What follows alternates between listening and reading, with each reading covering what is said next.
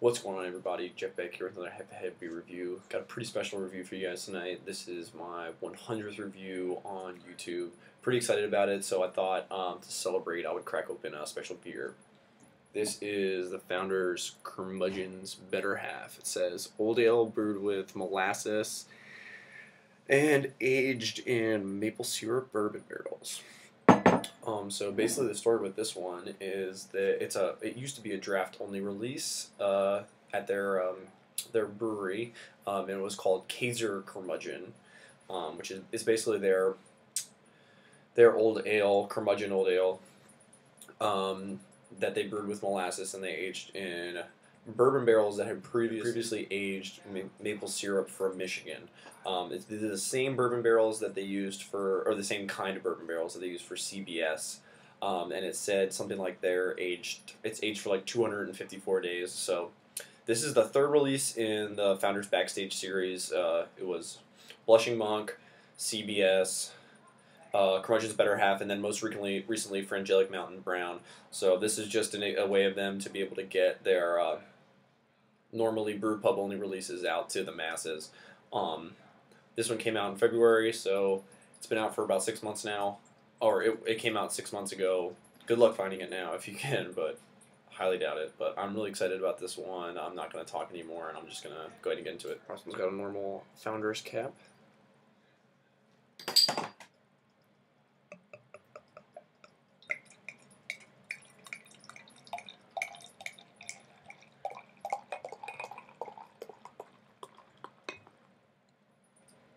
Alright, so this one pours out a kind of reddish, brownish color.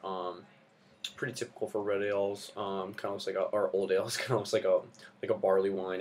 When the head was there, it was about a finger and a half, 2 fingers of kind of frothy, creamy looking off-white tan head. This beer has crazy alcohol legs. Probably moderate to decent lacing, but there's a shit ton of floaties in this one, which is giving it pretty murky color. Or it's making it pretty murky to see through. I assume that's bottle conditioned. Yeah, it looks a lot just like their old Curmudgeon. All right, smelling this one right up front. You're getting a big like molasses, sweet syrupy kind of smell. A lot of sweet malt, nice and bready, kind of oaky. Not really getting too much bourbon, but definitely getting some of those kind of, I would say, dominant are molasses, oak, and vanilla. And some of the sweet malt. Yeah, this just smells amazing. It smells like it needs to be poured on pancakes, just like what she's doing in the picture right there. All right, let's go ahead and give this one a taste. Cheers. Wow, that's a great beer, guys. Right up front, you're getting hit with an intense amount of sweetness. Molasses, vanilla, sweet malt. It's crazy, and it's a pretty thick beer. It's 11.2% alcohol. It's got a really chewy mouthfeel. Moderate carbonation. It's not great, but it definitely is there. I'm getting a little bit of alcohol burn in my chest, but it's 11.2% alcohol by volume, so that's just crazy. And for that, it tastes so smooth. There's literally no bitterness to speak of. You're just getting a crazy chewy mouthfeel with the molasses coming through, vanilla, and just a crazy amount of sweet malt. The bourbon on this one is really downplayed. I do like the maple syrup of this one too, but I wish that the bourbon could come through a little bit more. But one of the things that I do like about this one is that the maple syrup in this one is not as prevalent in breakfast stout, which is really good because that's almost too sweet and syrupy to even drink at all. And this one, it just is so smooth and it's very easy to drink. I'm going to keep sipping on this one for a little bit, and then I'll come back and give you guys my final verdict. Alright guys, I'm back with Curmudgeon's Better Half from Founders. First off, I got to say, I'm in love with this beer, guys. This is an amazing beer, and Founders has truly done it again, and they continue to do it again, and they're one of the best breweries in the world, if not the best. I don't know, but this is just an incredible beer. It's got, I mean, if you like big, in-your-face, in-depth, complex beers, this is definitely one of them, and you should definitely try it. I like this one a lot more than CBS. I don't think it comes close to.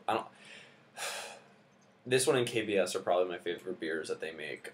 Those ones are both incredibly complex and intense and flavorful.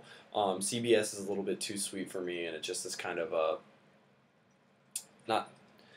It just I can't handle too much of it. You know what I mean? It comes in a 750 milliliter bottle, and I couldn't handle more than like 3 ounces of it. But this beer it's creamy, it's smooth, it's sweet, but not too sweet. As it warms up more, that bourbon's coming through more, and it's making it a great beer, and I'm really loving drinking this. I'm really glad I was able to find a bottle. So I'm gonna go with an A. It's an easy A. I'm gonna go with a 96 on this one. It's delicious. The only thing that's it's a little boozy, but I mean 11.2% alcohol by volume. Like if a beer isn't boozy, then I want to say that there's something wrong because of how big of a beer that is.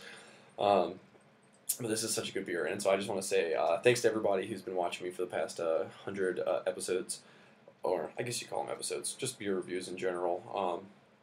I look forward to another 100 more, and hopefully 200 more. I don't know, however long I decided to keep doing this, but I'm enjoying it so far. And if you guys are gonna keep watching it, then I'm gonna keep making them. But let me know if there's anything you guys want me to review, or you think that I should do, or whatever I'm doing wrong, just let me know. I live to please. So I'll see you guys in another beer review. Cheers.